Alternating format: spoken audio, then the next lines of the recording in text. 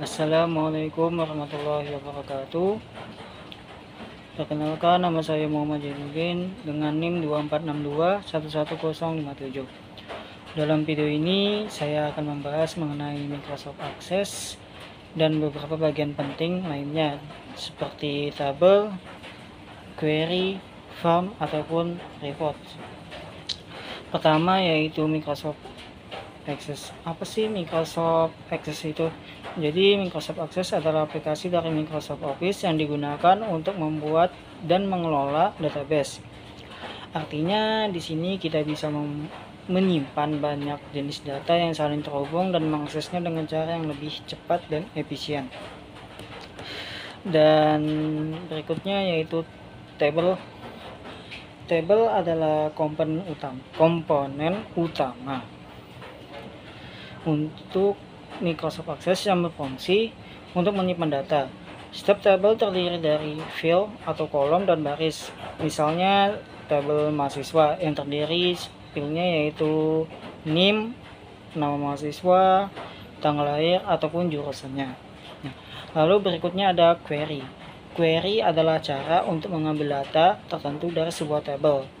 Contohnya, misalnya kita ingin menampilkan data dari mahasiswa jurusan akuntansi. Jadi kita bisa membuat query dengan kriteria mahasiswa jurusan akuntansi tersebut. Query tentunya sangat berguna saat kita hanya ingin melihat sebagian data, seperti yang saya jelaskan sebelumnya. Lalu berikutnya ada form atau formulir. Di Microsoft Access digunakan untuk memasukkan dan melihat data dengan tampilan yang lebih ramah.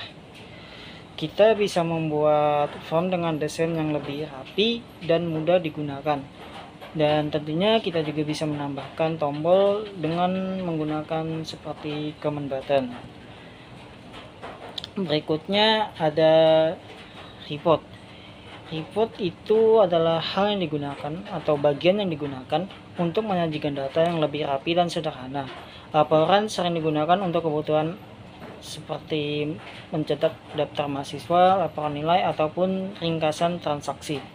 Kita bisa menambahkan seperti judul laporan, header, nomor halaman, dan bahkan logo. Sekarang kita sudah cukup mengetahui fungsi utama dari Microsoft Access dan bagaimana bagian-bagian pentingnya bekerja, seperti tabel untuk menyimpan data, query untuk mengambil data, form untuk melihat data, dan report untuk menyajikan data. Baik, sekian penyampaian pembahasan dari saya. Kurang lebihnya mohon maaf. Wabillahi taufiq wal hidayah. Wassalamualaikum warahmatullahi wabarakatuh.